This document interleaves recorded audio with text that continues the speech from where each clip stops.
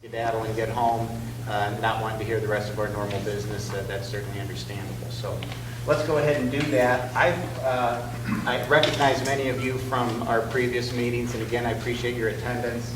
As you know, we've had a lot of discussion on this issue for the past several months, probably from our meeting in February, I think, almost. We've been discussing this and going over it. So again, I appreciate all the participation. I've made a few remarks that I'd like to say tonight. Bear with me, I appreciate it. Well, you know what, first of all, I guess I'll ask. Hi. I thought you wanted to run the meeting. No.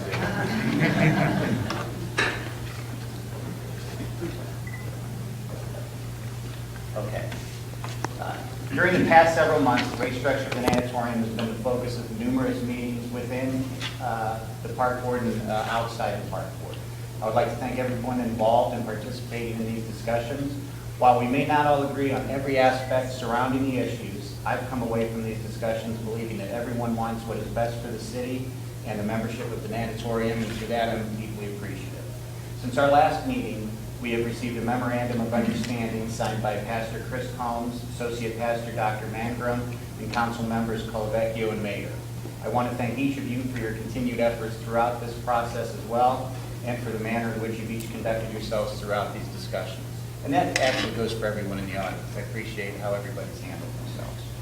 This memorandum in part suggests adding a rate for a second adult living in the same household to match the spousal rate. The spousal rate would remain unchanged. Subsequent to that memorandum, Mr. Lohan, our park supervisor who's on vacation, sent an email to the park board members stating his position as it relates to the possible $49,000 a year revenue shortfall. As a board, I believe it's our responsibility to balance financial concerns with fair operations of our facilities. Making the change referenced in the memorandum may reduce our annual revenue by $49,000. However, this represents just over 1% of our annual budgeted revenue. Realize that by expanding our discount program, we may actually see additional members join that would reduce this number. $49,000 per year equates to approximately $4,000 per month. The financials we have tonight show that through April, including encumbrances, that the natatorium has a net savings of over $100,000. Without reducing any services, we've already more than doubled the amount necessary to account for the projected shortfall. Two of our most visited family facilities, Waterworks and the natatorium, have rate structures that are very different. As stated by our law director, the rate policy of Waterworks is non-discriminatory and constitutional, whereas the natatorium rate policy, while constitutional, is discriminatory in some senses. This makes me very uncomfortable. I think as a board, we should be moving at the speed of light to correct this dichotomy and remove as much discriminatory nuances in our natatorium rate structure as possible. I feel very strongly that we need to apply our discount opportunities more evenly for our membership. We tout in all of our literature how we are family friendly. In fact, our motto is whole fitness for the whole family. Well, I believe we're coming up short in our discount plan options for this to be true. Although adding the second adult in the household rate, as given to us in the memorandum, I believe that will get us closer to that claim. I, for one, am not overwhelmed by the potential reduction in revenue, believing inclusiveness prevails in this case.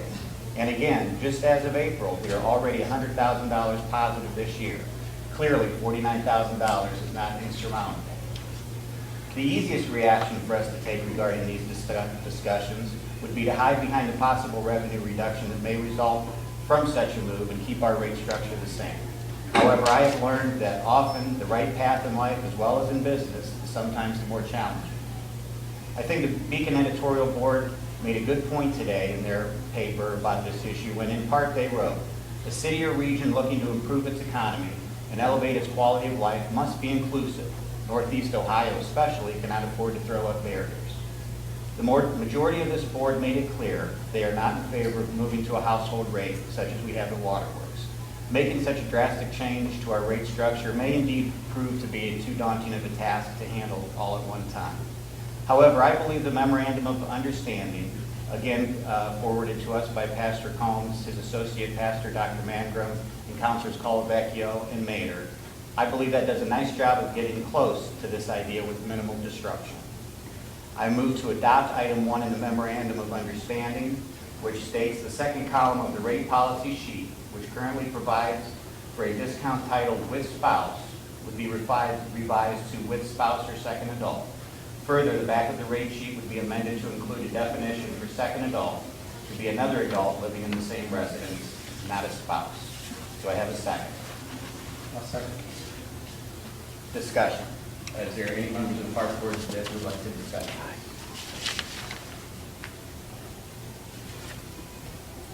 All in favor? Aye. Aye. Opposed? Aye. We have 3 nays on the motion. At the last meeting, I did state that I may have done it a little backwards, but it wouldn't have changed my motion. We had a vote. I made a motion to adopt the memorandum as was forwarded to us by the individuals that I spoke of. It failed.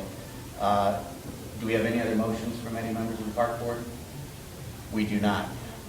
I see a lot of people here, heard from a lot of people at the previous meetings. Would anybody like to speak to this issue whatsoever? Any comments? I know we already made the motion and voted. That doesn't mean there couldn't be a change of heart, and I don't want anyone to be here and not be able to speak if you'd like to make any comments. So I'd be glad to hear anybody. The gentleman, okay, I've got 3. The gentleman in the back, you raised your hand first. In the blue. Didn't you just raise your hand? Go ahead. Go ahead, sir. Oh. Sure. Okay. And further, and if you wouldn't mind, we have to take minutes. So our individual, we need your name and address if you don't mind, just so we can record accurate minutes. I appreciate it. No problem. It's Michael Vermont. Last name is spelled V as in Victor. I M as in Mary. O N as in Nancy. T as in Tom. Thank you. I would just like to say that when we look at Northeast Ohio, we're looking at a dying economy. We have brain drains going to different countries. We have brain drains going to major cities like New York City, Chicago especially, and the West Coast. So why does it even make sense to put an order that would cut out about 10% of the population, 10% of potential new families that come into Akron? With my friends in New York City, with my friends in California, one of the big things that they mentioned that they don't want to come to Ohio is because it restricts such restrictions on same-sex marriage, same-sex anything. And this is a very good example. We are trying to get people back into Ohio. So why would we take a measure that would exclude about 10% of the population? What we have here is dying industry.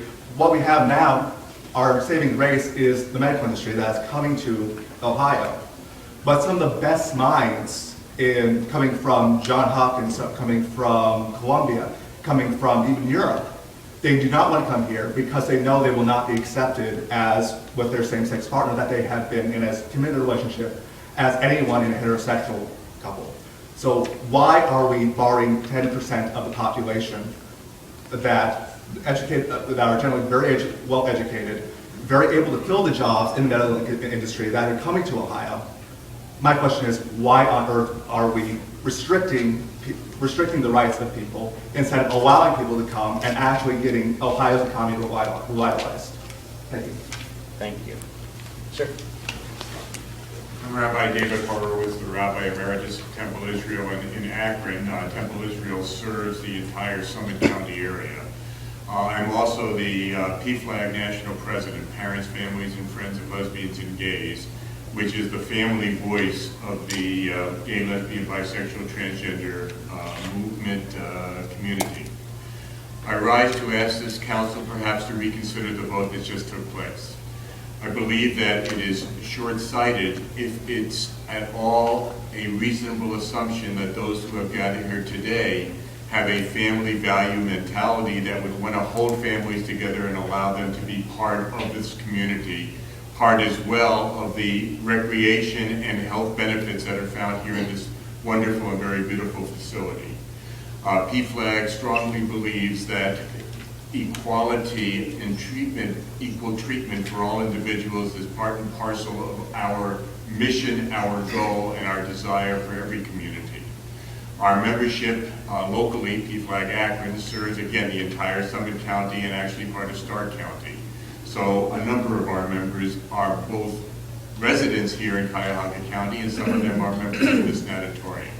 So I rise to ask that this board reconsider the vote that it just took, that it consider the family structure, that it consider the fact that our desire is to strengthen those in our community who want to form solid bonds and to be part of this general Cuyahoga Falls community as well. I don't know what else I can say. I mean, action has been taken. I understand by parliamentary procedure, somebody who voted for that could raise it and ask for a reconsideration of that vote that just took place.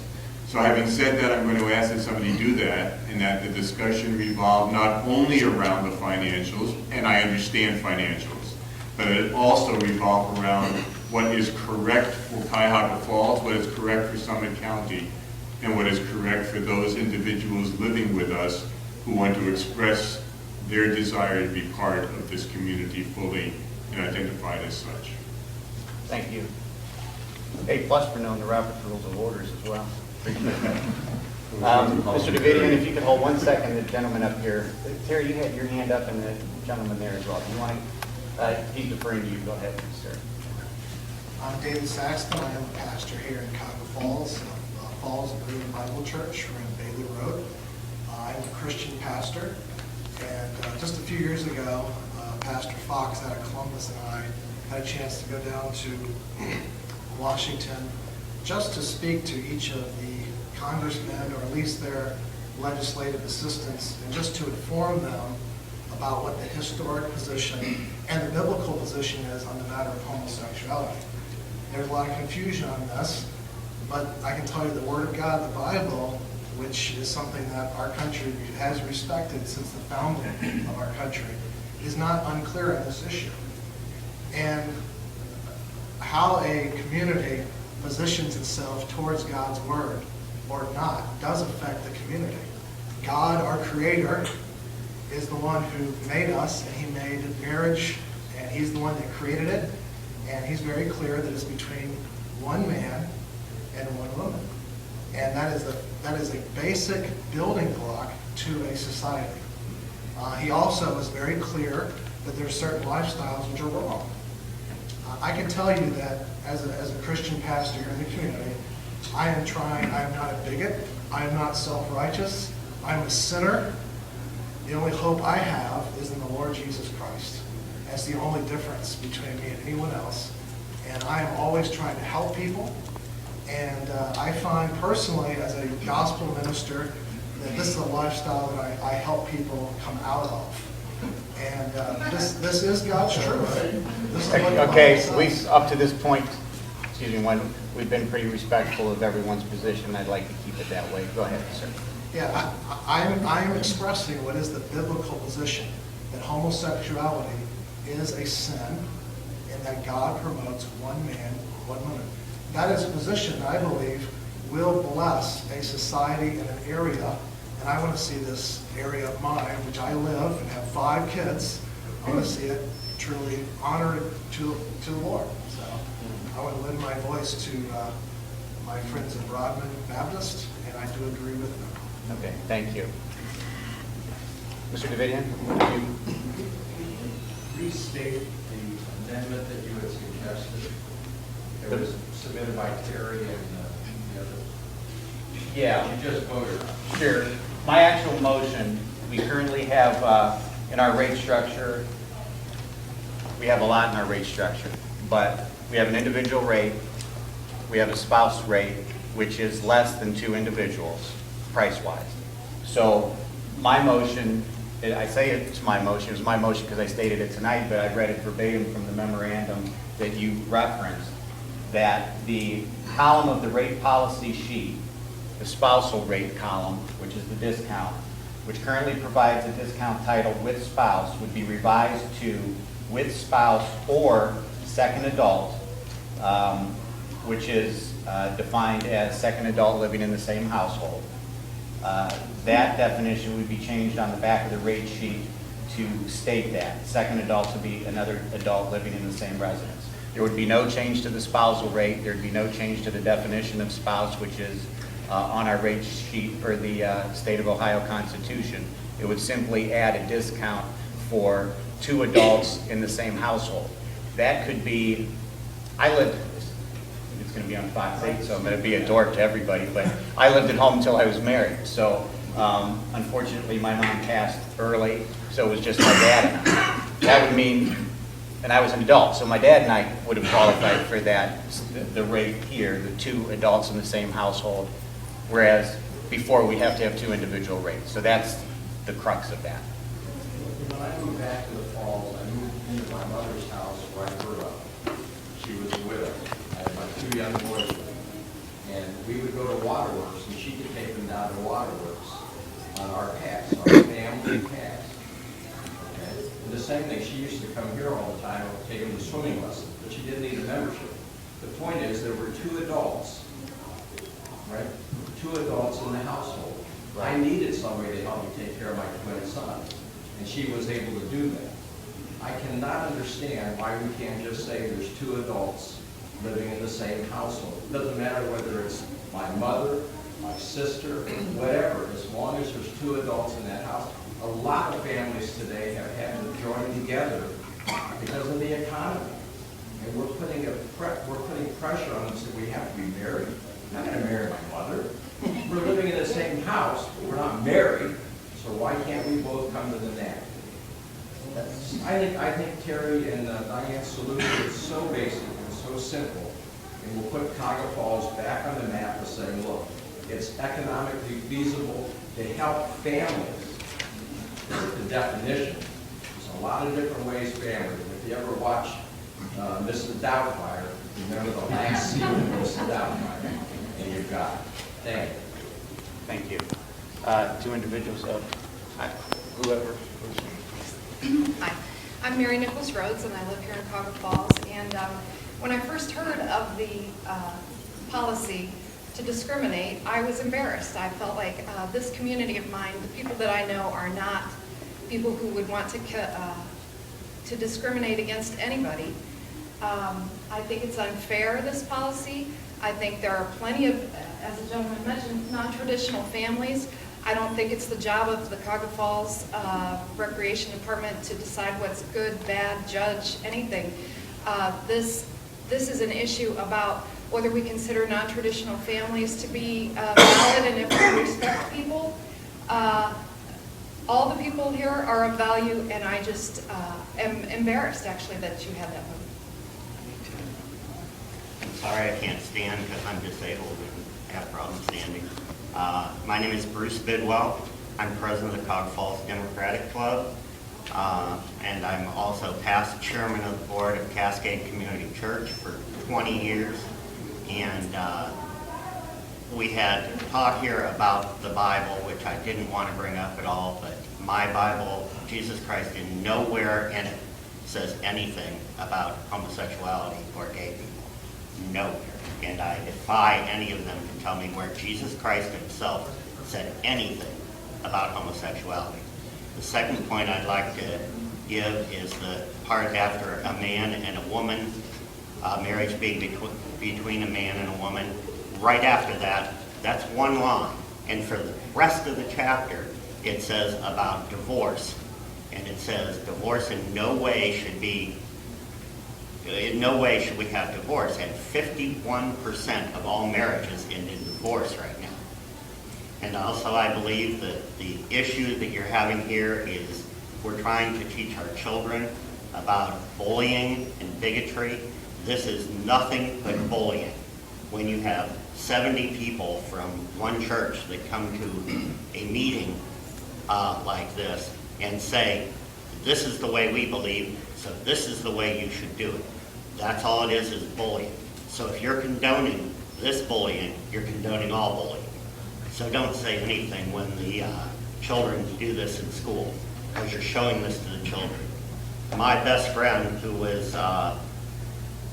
I'd known for a great long time, Ron Holly, he was gay, and he lived at the Cathedral Towers, or Cathedral Apartments, whatever they are, up on State Road. And he committed suicide. because he was being bullied by a bunch of people. He loved to come to the natatorium. He came here all the time, and he swam with me and some of the other people. He was bullied, and he committed suicide because he figured he was being bullied by people for being gay. So what you're saying today, it's going to go on Fox News, and it's going to go out there, and you think it's just going to affect the people that are sitting right here today. That's not true. It's going to affect other people. There's going to be somebody that's going to bully somebody because of this decision. And it might cause a child or an adult to commit suicide. So please consider that. Ma'am? My name is Beth Mendoza. I am the advisor for Pride Kent, which is the largest student group at Penn State University, LGBTQ group. And my question is, how often do you guys audit your records to see whether or not a couple is divorced? Because if a couple is divorced, should they still be getting that rate? And for this gentleman here, I'm not Christian, I'm going to say it straight out. Your Bible also talks about divorce, but I don't see that as an indicator for you to say that divorced people should not be getting the rate, the discounted rate that people who are married receive. So that's just my comment. Thank you. Sir?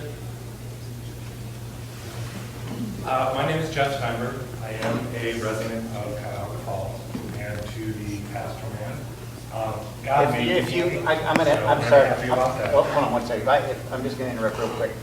I don't want to stifle anyone from what you want to say, but speak to us, because what happens when you start speaking to each other, animosity tends to grow, and I don't want the audience to get into that through no fault of your own. So, Yeah, so, God made me gay, and I'm happy with that. My family is happy with that. I am one of your non-traditional families. I am not in a same-sex relationship. I do have a child from a past marriage, and I live with a roommate. None of us can join your group as a family rate, even though we all live in the same home. And the problem that I have right now is that this was started because of Shane and Cody wanting to be recognized as a married couple. However, your current ruling is for 2 adult individuals in the same household. This has nothing to do with homosexuality, and it should not be brought up as to be a problem. We're not saying make it 2 men. We're not saying make it me and my husband. We're saying please allow 2 individuals that live in the same house to have a discount. That's it. thank you. Sir, I see it. She had raised. Ma'am? Yes, Mary Malcolm from Stowe. First, I want to thank all of you. I think you're being very kind and letting everybody with different opinions speak, and I thank you for that. And as I listen to your resolution, to me, it sounds very reasonable. You are allowing the homosexual community, you're allowing marriage, and as our Constitution states right now, the Ohio Constitution, it's to my understanding that marriage is a definition of 1 man, 1 woman, and I think you've covered all the bases, and it sounds very reasonable and very good to me. I think. Sir? Hello, my name is Josh Bailey. I'm from Canton, and I go to Kent. Someone here said you're in some LGBT thing at Kent. I don't know anything about that. I'm just a straight guy from Kent. God made me straight. I mean, I was raised Jewish, but I go to church now. And I'm just curious how this, I have one friend in Kent who is intersex. He was born with some kind of condition where his chromosomes don't quite match, or he's got some sort of adrenal problem. And I'm just curious if that person would be allowed at this facility, or if they would be seen as something to get rid of. I haven't been responding, just listening more often than not, but that deserves a response right now. No one at the natatorium, we've not barred anyone from the natatorium for any issues that we're discussing here tonight. So while that specific issue doesn't relate specifically to the second adult in the household rate structure, that individual would be welcome at the natatorium at an individual rate structure.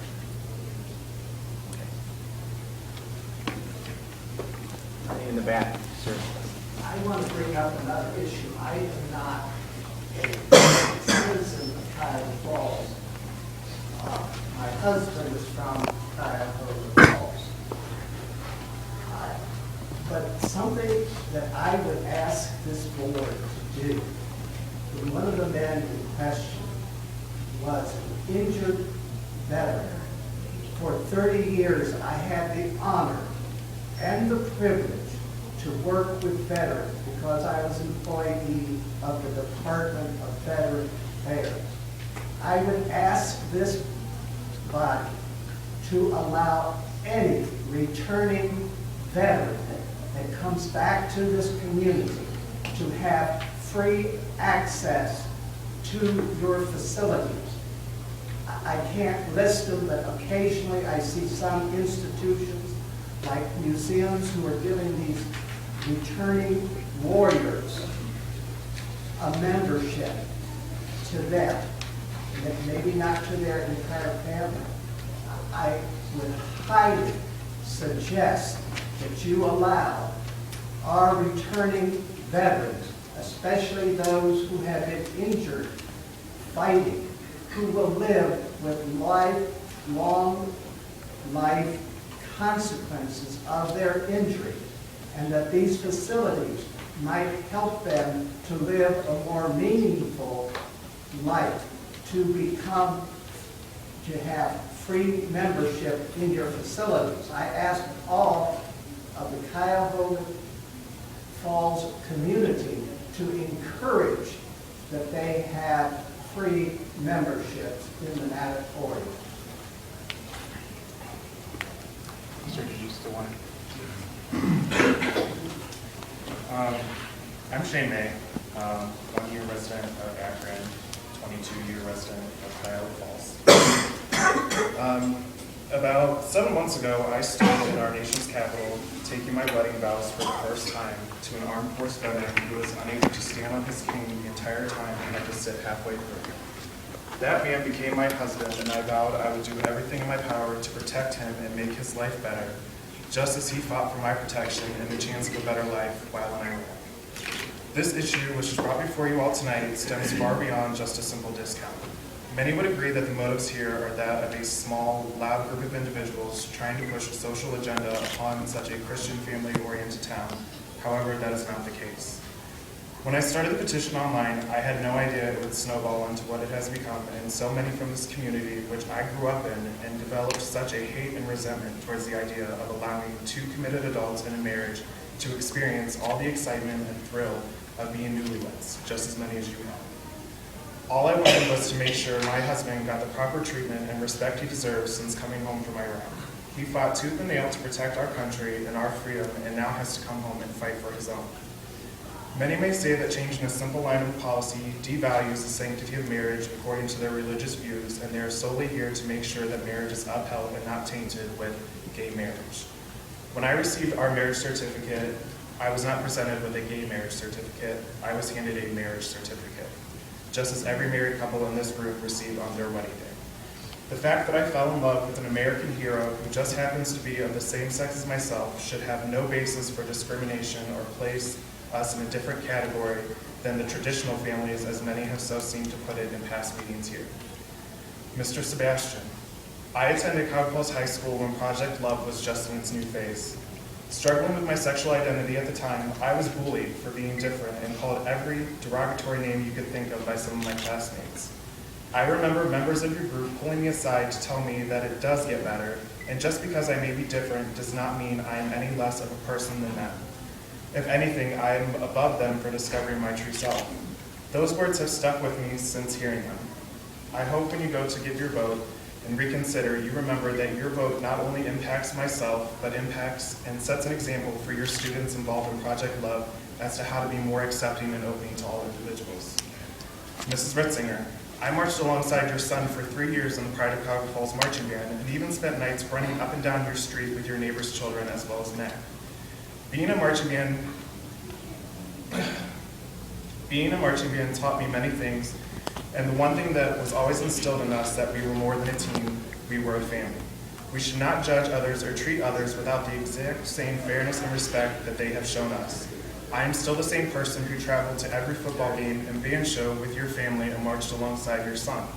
Because I am gay does not change that, and I hope you are willing to change your previous vote and put the pride back in Cuyahoga Falls, which has seemed to diminish since it was first discussed. As a board, you have the ability to set a new standard for Cuyahoga Falls as a welcoming, friendly community. With the city's bicentennial occurring, it is time to bring a fresh breath of new air into the city and rid ourselves of the negative publicity Cuyahoga Falls has endured over recent time. I was born and raised in Cuyahoga Falls and would like to be proud to call it my hometown once again. Please do the right thing for not only my family, but all families who do not fit into this policy that is 4 years old. Would you be willing to look at your own children and tell them they are not considered a family in their hometown?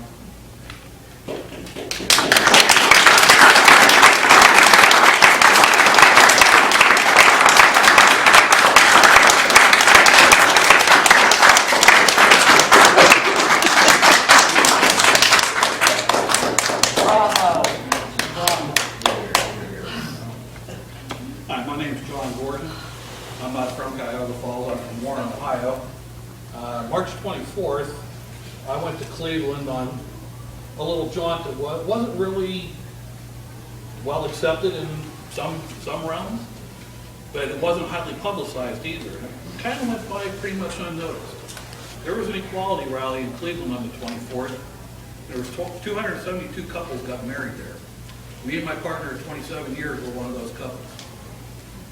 But that has gone pretty much unnoticed. It made the newspapers for about a week, made rounds with Facebook and whatnot, and it's pretty much gone away because same-sex couples are a non-issue. It really is a non-issue. And this country really needs to wake up to that. We're falling behind the rest of the world and realizing that. And it's not, although some people will tell you about the fire and brimstone is going to destroy society and all this, it really doesn't. If you just look at Massachusetts, the first state in the United States to accept gay marriage, which to me isn't gay marriage, it's marriage, plain and simple. It's two people that love each other. Massachusetts has not slid into the Atlantic Ocean yet, like it was predicted. California had marriages for a while. It didn't slide into the Pacific. We married 272 couples a month ago in Cleveland. Cleveland hasn't slid into Lake Erie yet. It's just not going to happen. And Massachusetts, as far as saying, it destroys societies, Massachusetts has one of the best economies in the country. That's because they're forethinkers. They look ahead, they accept people, they embrace change. And there's change. And there has been change for years amongst the Bible. Sure. There's a couple passages in Leviticus that can be translated more than one way because, like one lady stated, or the gentleman up there stated, there's nothing in the Bible that actually states homosexuality. That word is never used. The word that was used in Leviticus was one man lying with another man as he does with a woman. A lot of Leviticus also preaches about how women are subservient to men. Lying also means not telling the truth. That passage could very well also say that you don't lie to another man like you can lie to your wife. It could very possibly be. Just put that out there for you. But as far as, I think a lot of what I see going on here isn't as much about accepting a same-sex couple into the group. It's a lot of fear because there's still a lot of stigma and fear that goes along with homosexuality. And I can tell well, I'm not going to point out who. I can assure anybody in the room, dead flat, I was created by God. Nobody in society ever molested me and made me this way. No environmental factors did it. As a matter of fact, I grew up in a very small town north of Warren called Bristolville, if any of you are aware of that, where Bristolville is. very small country town, 54 kids in my graduating class.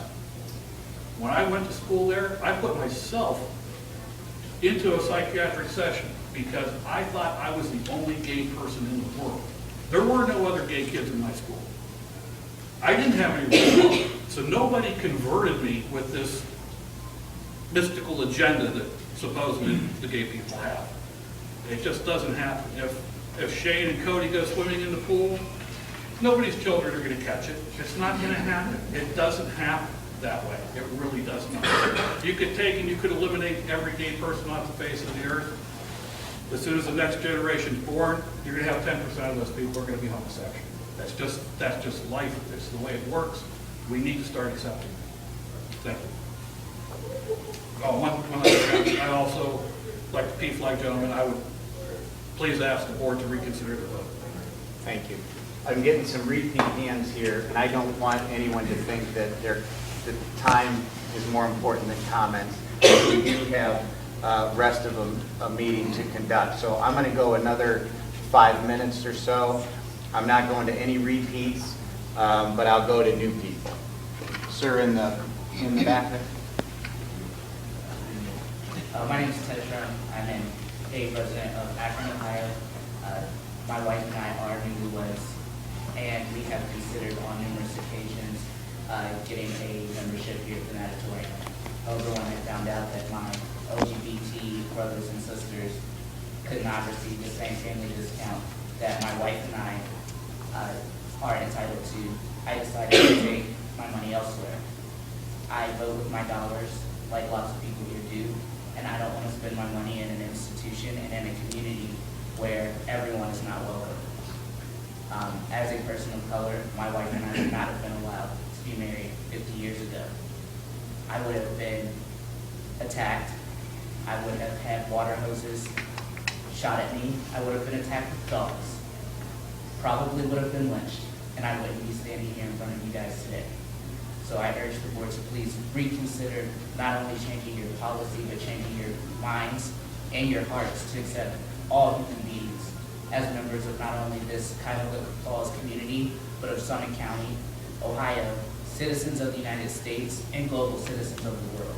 So I urge you to please reconsider your vote to accept not only myself as not only a newlywed person of color, but also as a transgender man who is begging you to reconsider the rights and the livelihoods and happiness of all citizens of the state of Ohio, especially those in your own community. My name is Toby Horowitz. My daughter is, you gotta follow this, a lesbian living in Minnesota, married to a transgendered man, legally, according to the laws of Minnesota. And I was just sitting here and wondering, if they moved to Cuyahoga Falls, could they join as a married couple under your laws? I don't know. But what I do want to say is they will not move to Ohio. She is a financial planner, business analyst, I forget what she does. He is a nurse manager. They had planned to move to Ohio. They sold their home, they quit their jobs, and then the Ohio amendment passed, the one that forbade any resemblance of a relationship that was not one man, one woman being legitimized.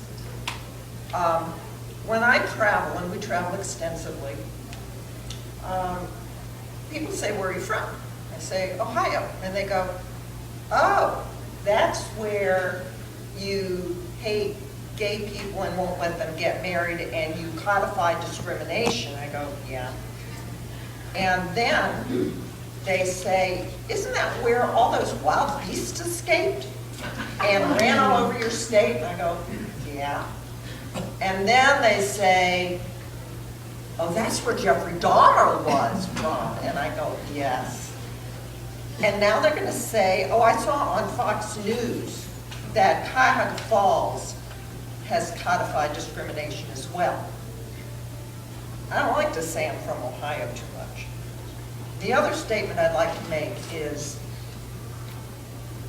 the Bible that Jesus Christ studied was all about polygamy. Any other new comments? Before I call on you, Pastor Collins, appreciate your attendance. I'm Pastor Chris, I'm from Brooklyn Baptist Church. I want to thank everybody for being here. Our group is silent. We have said everything we needed to say, basically. That pleases you, I know. I want to thank you all again. I am proud of Ohio. I am proud of Cuyahoga Falls. I love living here. It's the best place I live. I'm a veteran too. All right, and I thank you, gentlemen, that brought up the veterans.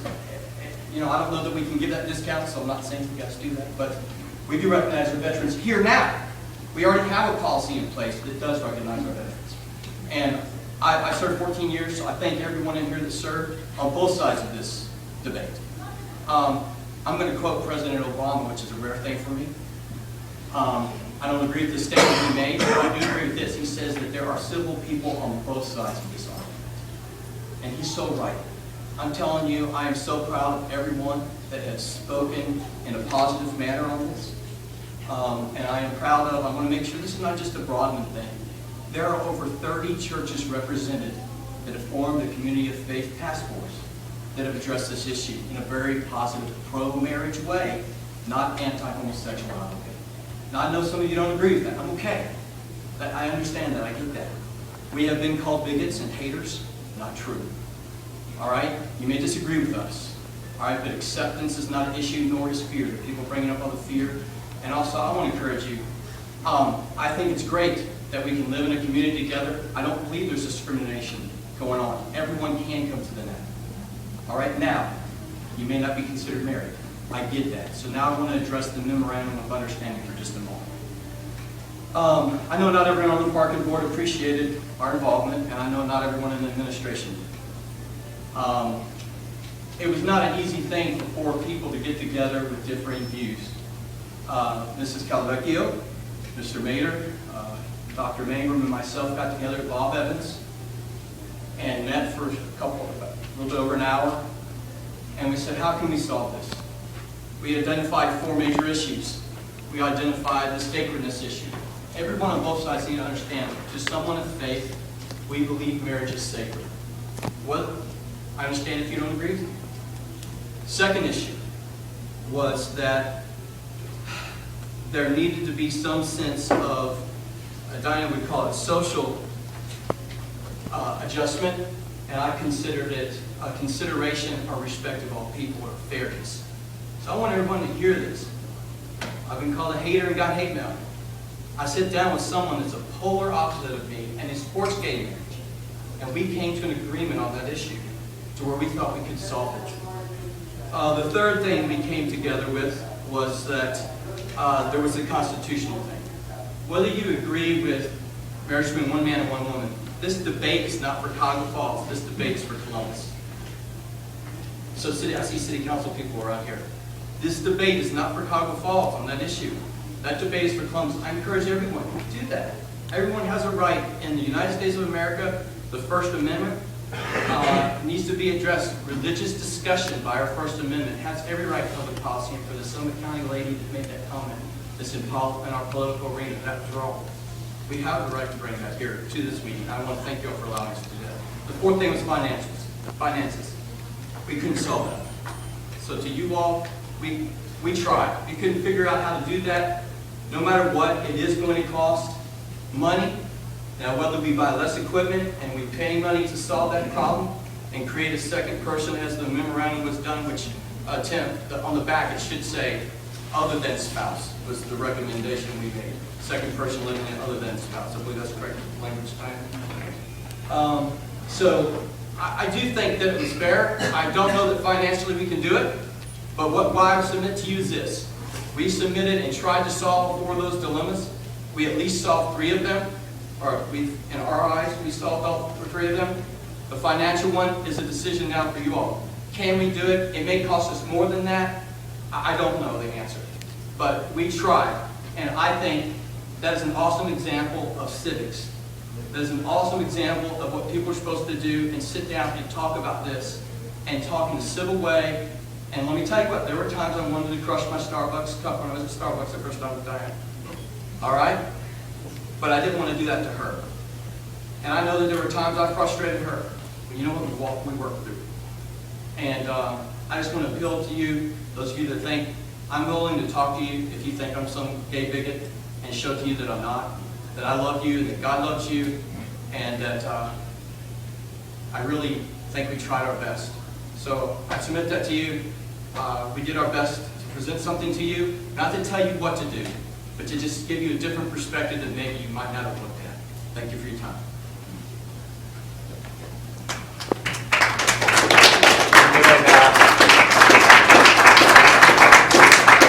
I'll give 3 more.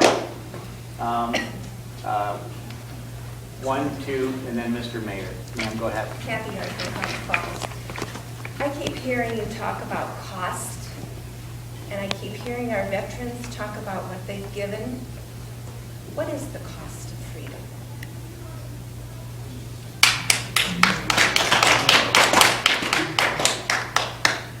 Sorry, just for the record, I'd like to correct a couple of errors I see in people's statements about the Bible.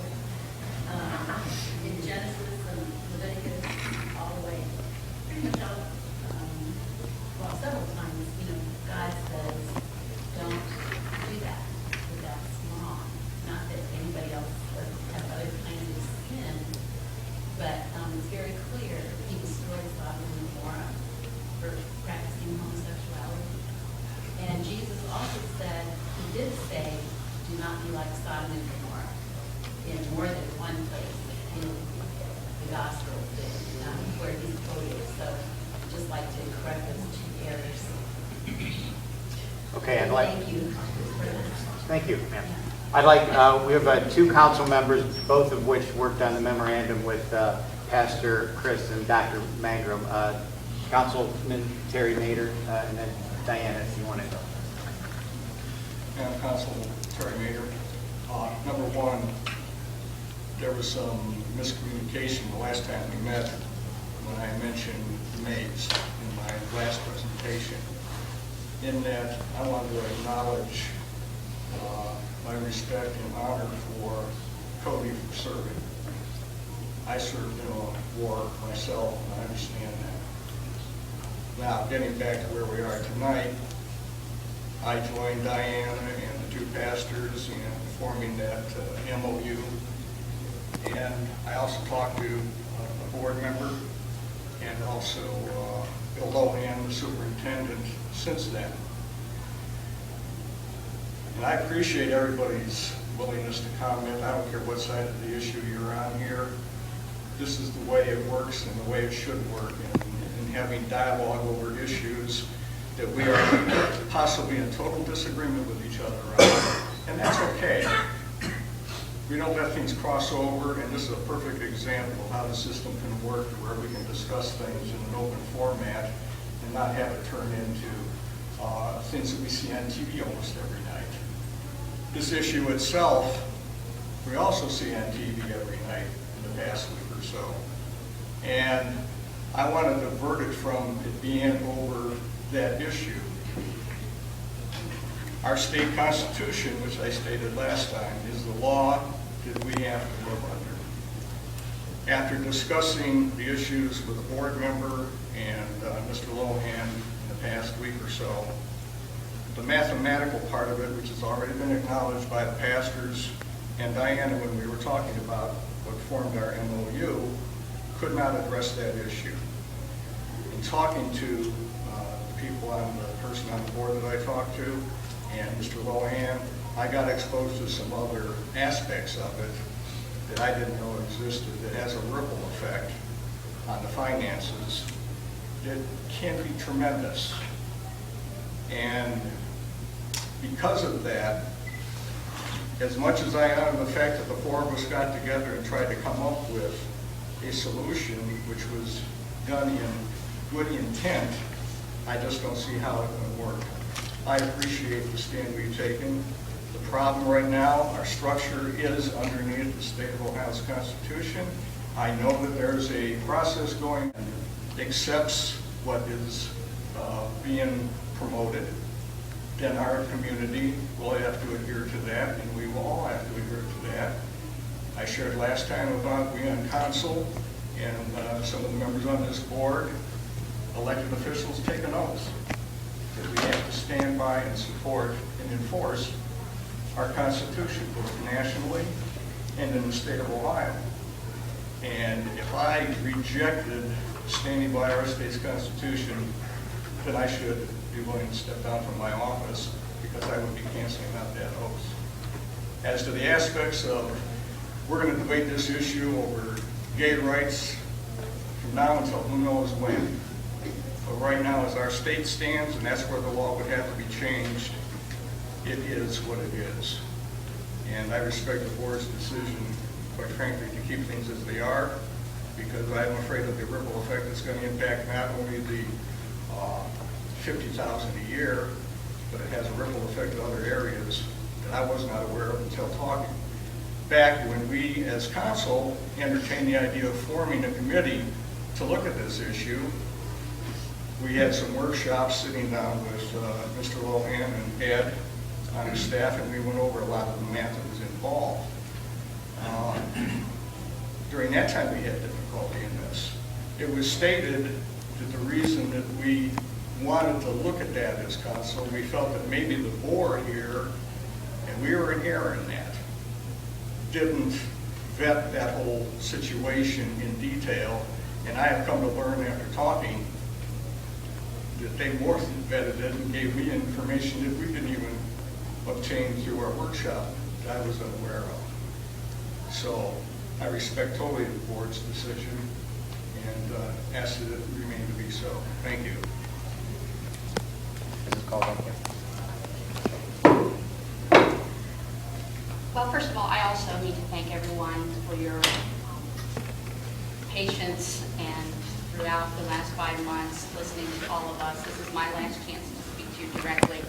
I also want to acknowledge the very cooperative spirit in which I work with the two pastors and Councilman Mader, because quite honestly, when this process started, we were at polar ends. I was pulling for this policy to change the discount to include a same-sex couple on the far left of the argument, and they were pulling on the far right for it not to change, regardless of the financials. We were in polar positions.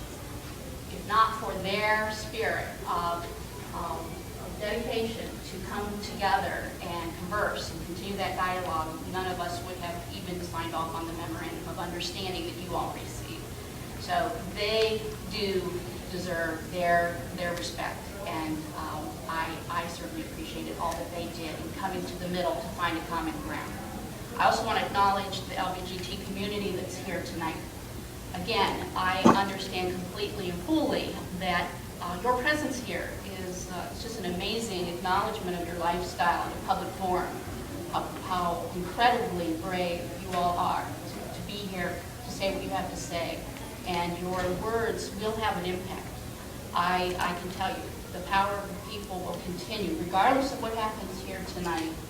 We're just, maybe one small city, I'm one small voice, this is one small board, but your cause will continue, no doubt. You're dedicated, I see that, and you are on the right side of this issue, no question about that. To the public, the faith-based community, I want to acknowledge again your spirit of cooperation, your willingness to discuss this issue without any sense that you were going to judge me. I was the first person to say that I was on this side of the issue in changing this policy. And the first person I heard from was Pastor Chris, willing to sit down with me and discuss it. That speaks loads about where you're coming from as well. I encourage you to continue that dialogue. And maybe this is the first step, and both sides of the room coming together and getting together after today and continuing to speak to each other about where we go from here. Quite honestly, I think there's a lot of improvement, but I think we can get there. And I think this is surely a testament that we're headed that way. So now I want to address the three who voted no. And this is the last time you get to hear from me. As you know, I'm not going to create an ad hoc committee on city council to take this issue any further. I promised you that. But I did promise you I would try to convince you how to vote. And I'm going to try to do that right now. While I was driving down here, I was thinking to myself, what can I possibly say to the 3 people I was convinced would vote no? And you did. I guess what I want to say to you is that I believe that you're good people. I don't know you all intimately. I certainly know some of you more intimately than others. But I know that this issue isn't bothering you because of the LGBT community. I think I know you well enough to say that's not what's bothering you and that's not why you voted no. I believe you're voting no because of the financial issue. That you don't see that in any good conscience you could jeopardize the future financial stability of this facility in your role on this park board. And that's causing you to say, can't go there. So let's talk about that.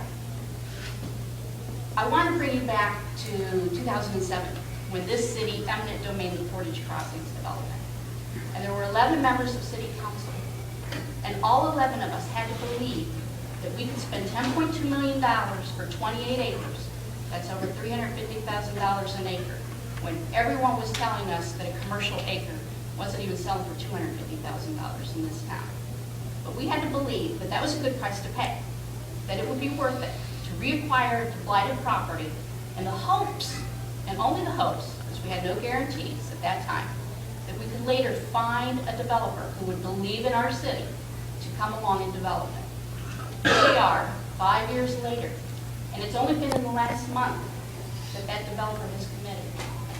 We were part of a process that had a long-term plan, and we believed that it would happen. It was a bold move, and we were all under scrutiny. There were times I was second-guessing that decision myself, and I was one of the original proponents of that project. But when I didn't see the signs going up, and I didn't see the signatures on the dotted line, I was wondering, is it going to happen? Have I made a big mistake? So when it happened, no one was happier, I guarantee you, than me to see that this was actually going to be a done deal. And what happened? Our original 270,000 square foot retail space now became a 400,000 square foot retail space. Point is, we took a chance. We put this city at a great financial risk, much greater than what you're being asked to do. And not only did it turn out, it ballooned into something we could have never foreseen. I'm asking you 3 tonight to reconsider your vote. Be the brave people who have the power to change the course of this facility. 20, 30, 40 years from now, this brick and mortar will stay. Your names and faces will long disappear. No one will remember who I was, or the mayor was, or any of that. But people will always remember that this facility, at one point in time, had a discriminatory policy. You 3 have the power to change that tonight. I invite you to be on the right side of history and do the right thing. Thanks.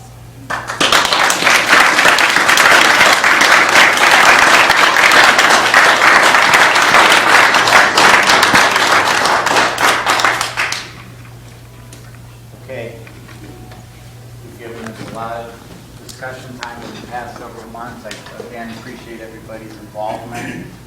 I made a motion, we voted, it failed. Is there a motion to reconsider? I would ask the board to reconsider the original motion. We have a motion to reconsider. I'll second.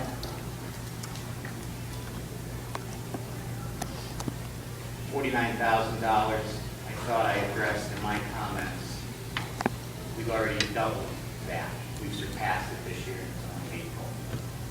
1.2% of our budgeted revenue is that figure. It's not an overwhelming figure.